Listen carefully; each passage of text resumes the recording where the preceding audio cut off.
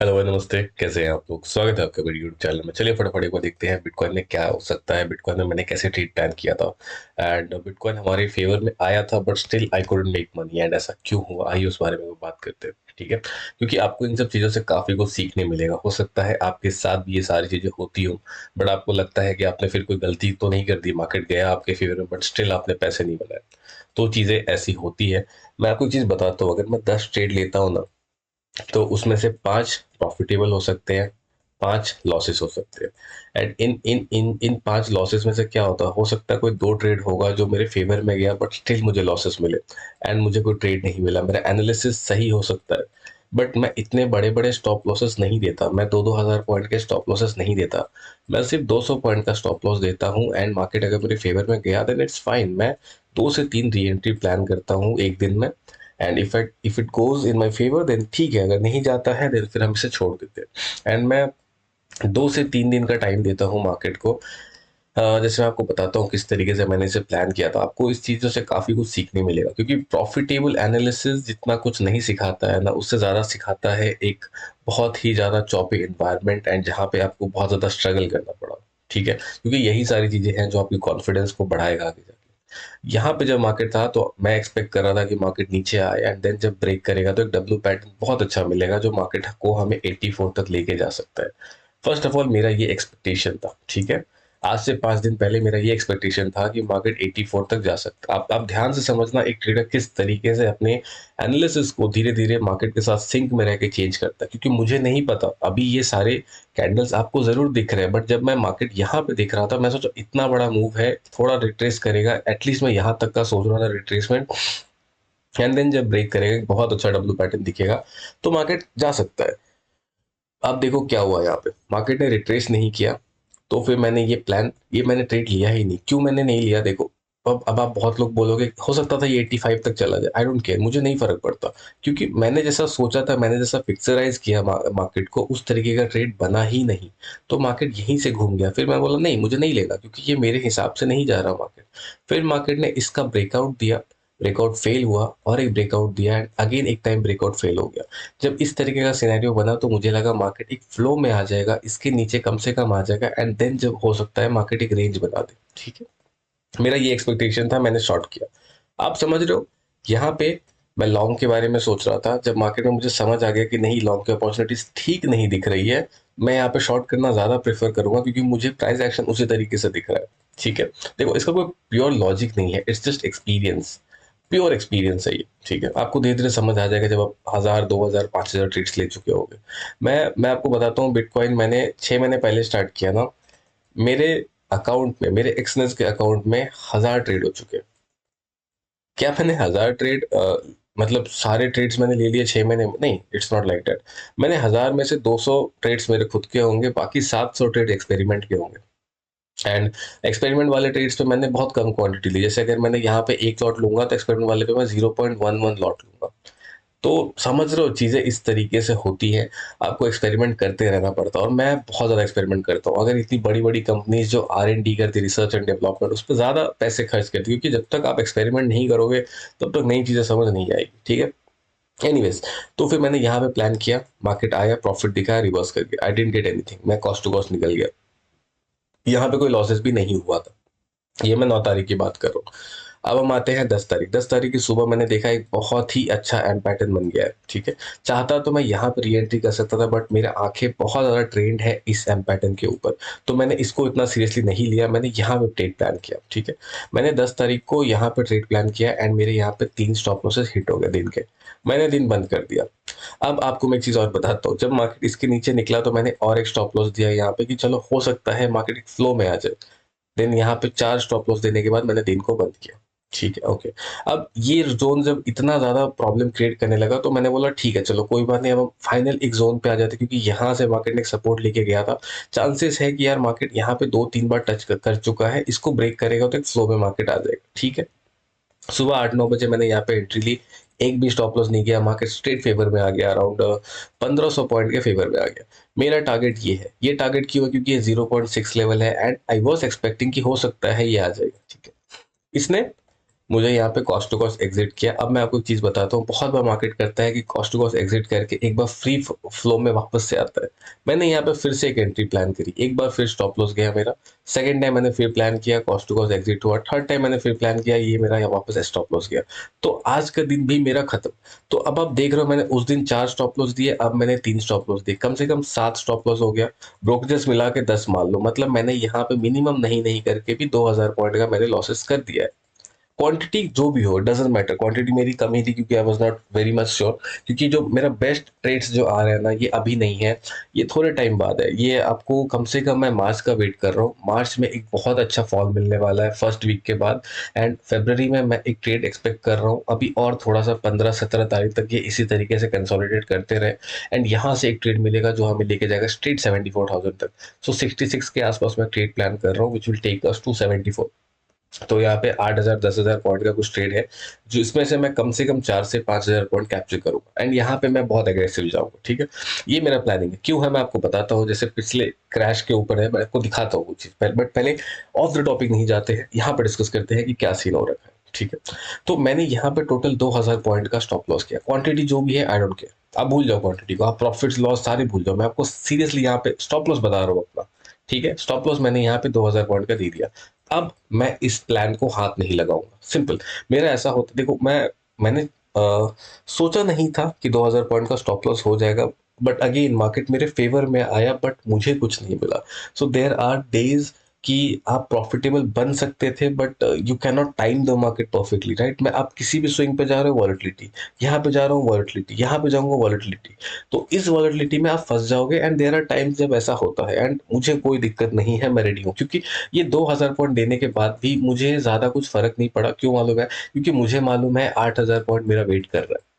अगर मैंने पूरे फरवरी मंथ में ट्रेड नहीं मिला मुझे, मुझे मालूम है मार्च महीने में 10,000 पॉइंट मेरा वेट कर रहा है। इस 10,000 पॉइंट में से मैंने 6,000 पॉइंट भी बना लिए ना, तो नेट टू नेट मैं 4,000 पॉइंट के प्रॉफिट में रहूंगा। इट इज वेरी सिंपल, मुझे बस अपने कैपिटल को इस तरीके से डिवाइड करना है। डजेंट मैटर यार, अगर आपका 10,000 का कैपिटल है, 20,000 का कैपिटल है, 1 लाख का कैपिटल है, फर्क नहीं पड़ता। आपको अपने कैपिटल को इस तरीके से डिवाइड करना है कि कम से कम आप 50 ट्रेड प्लान कर सको। मैंने यहाँ पे कितना लॉसेस किया, 10 ट्रेड ही लॉस किया ना।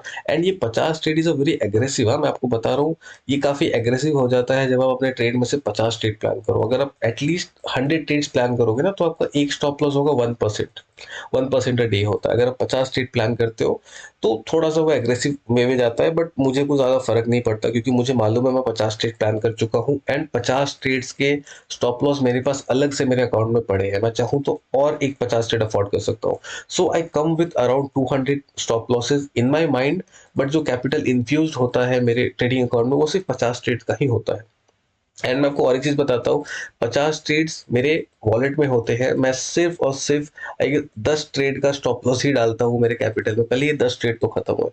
तो उस तरीके से मैं काम करता हूँ, क्योंकि मुझे नहीं मालूम किस दिन मेरा ब्रोकर मुझे धोखा दे दे, मुझे नहीं मालूम किस दिन मार्केट मेरे अगेंस्ट में चला जाए, एंड मैं अपने क्या कहते हैं पोजीशन को एग्जिट ना कर पाऊँ। तो मुझे मेरा पूरा कैपिटल 100% वाइप आउट नहीं चाहिए, मैं इतना ही कैपिटल रखता हूँ जिसपे मैं 10 स्टॉप लॉसेस ले सकूँ, क्योंकि 90% of the time 10 stop losses में काम हो जाता है। बट अगेन मैं आपको बता रहा हूँ, मेरे दिमाग में 200 स्टॉप लॉसेस प्लान्ड है।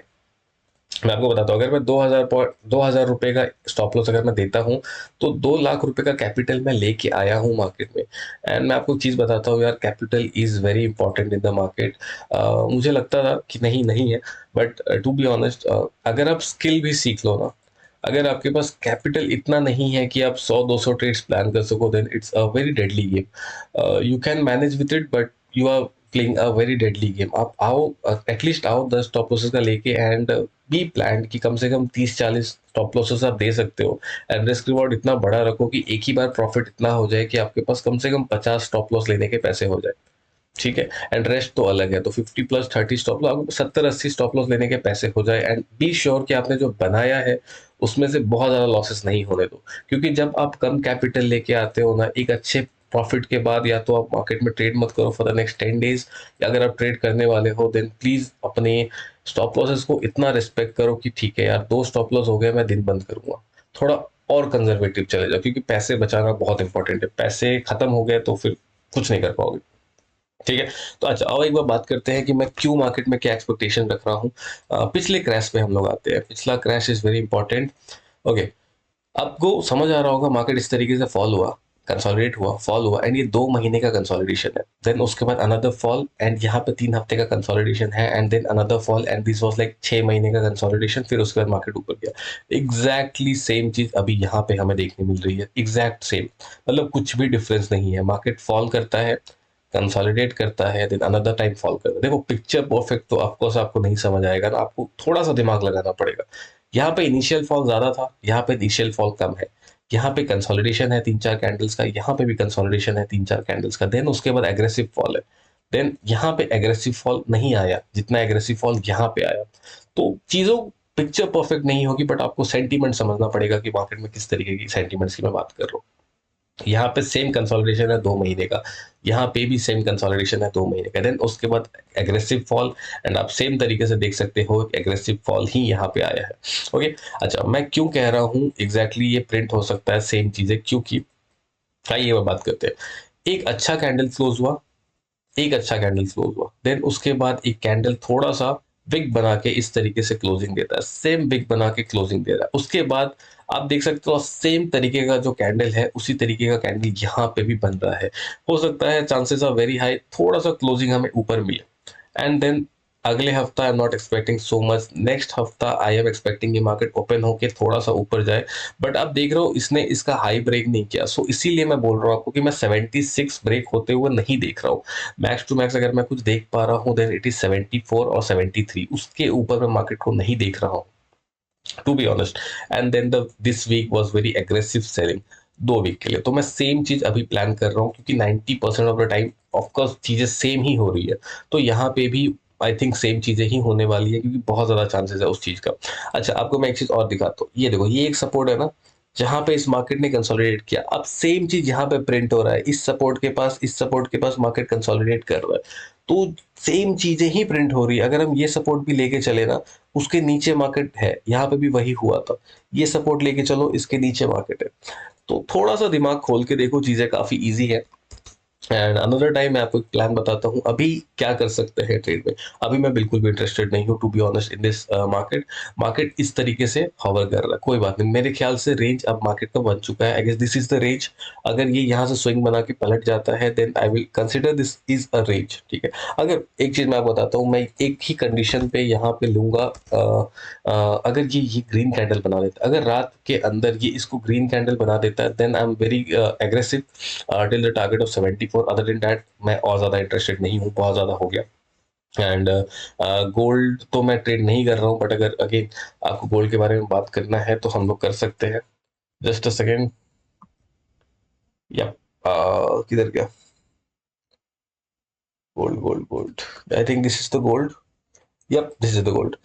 गोल्ड में थोड़ा सा नेगेटिव हो रहा हूँ गोल्ड के लिए, क्योंकि यहाँ से कोई हेवी बाइंग नहीं आ रही। द मोमेंट इसके नीचे आता है ना मार्केट, मैं यहाँ पे सेल करना स्टार्ट कर सकता हूँ till the target, but at the same time ये इसके ऊपर ही कंसिडर है, तो ये जब तक इसके ऊपर है तब तक मैं इसको सेल नहीं करूंगा।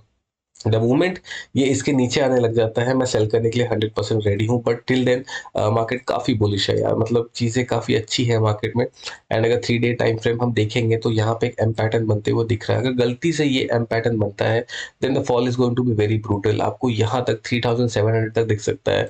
एंड टू बी ऑनेस्ट मैं यहाँ पे सेल करना तैयार हूँ, मेरे पास 1000 पॉइंट का टारगेट है, मैं इसमें से नहीं भी तो 500 पॉइंट का टारगेट रखूंगा। The insane amount of money that can be made is here.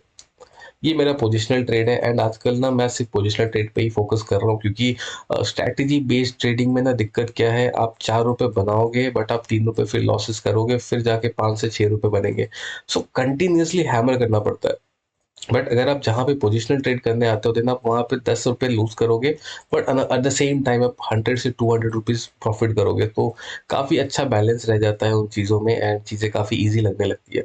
तो आई होप आपको ये वीडियो समझ आया होगा, आप ध्यान से ट्रेड करोगे, पैसों को बचाओगे। ओके गाइस, मिलते हैं नेक्स्ट वीडियो में, bye bye, take care, keep learning, keep trading.